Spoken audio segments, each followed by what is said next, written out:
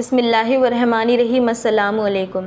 یہ روٹی بھی عجیب شے ہے، جس کو ملتی ہے اس کی نیت نہیں بھرتی اور جس کو نہ ملے اس کا پیٹ۔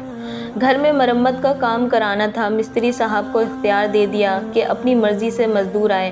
مستری صاحب مزدور کو لائے تو میرے تن بدن میں آگ لگ گئی۔ کوئی 70 سال کا بابا، صحت سے لگتا تھا کہ یا تو مریض ہے یا فاقوں کا مارا ہوا ہے۔ کمزور جسم، رنگ پیلا، ایک بہت کھلا سا کرتا جو موسم کے لحاظ سے بالکل الٹ، موٹا کپڑا، شاید سردیوں کے کپڑوں سے کسی نے پرانا قمیص دے دیا ہو، لیکن چونکہ اختیار میں نے خود ہی دیا تھا، اس لیے نہ مستری صاحب کو کچھ کہہ سکا نہ بابا جی۔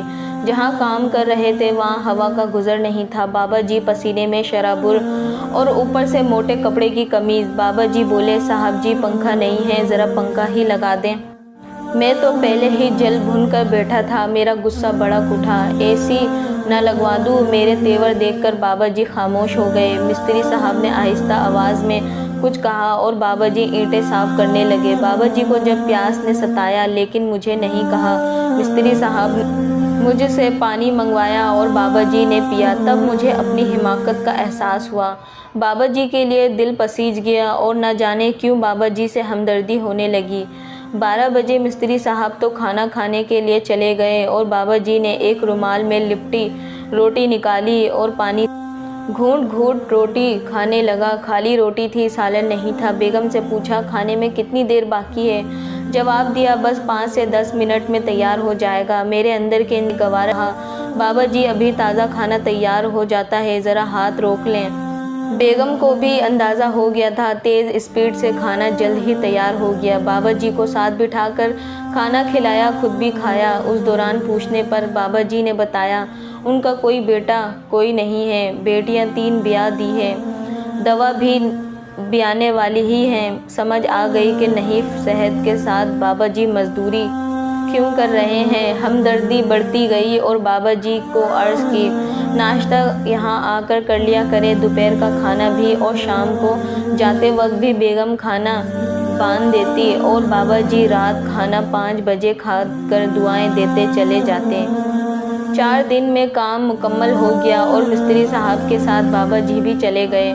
پڑھنے کو ملا کہ یورپ والوں کی ایک خوبی یہ ہے کہ کہو کھانا ضائع نہیں کرتے، جبکہ ہمارے خطے میں کھانا ضائع کرنے کی ذمہ داری ہم نے لی ہے۔ بابا جی سے ہمدردی تب بیگم کو بھی ہو چکی تھی۔ سوچا اب کھانا چاہے تو 2 نوالے ہی بچے، ضائع نہیں کریں گے۔ اب روٹین یہ ہو گئی کہ بیگم ڈسپوزیبل برتن لے آئی، جو کھانا بچتا وہ اچھے طریقے سے پیک کر کے مجھے تھما دیتی۔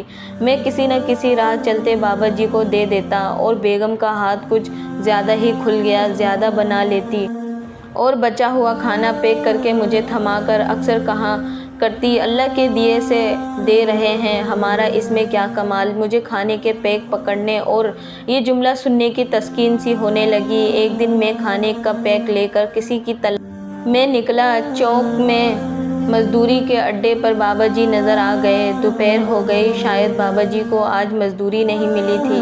میں جھٹ سے بابا جی کے پاس گیا اور کھانے کا پیک بابا جی کو تھما دیا۔ 8-10 مزدور اور بھی وہاں موجود تھے، بابا جی کی طرف لپکے اور مطالبہ کرنے لگے، اس میں سے ہمیں بھی دو۔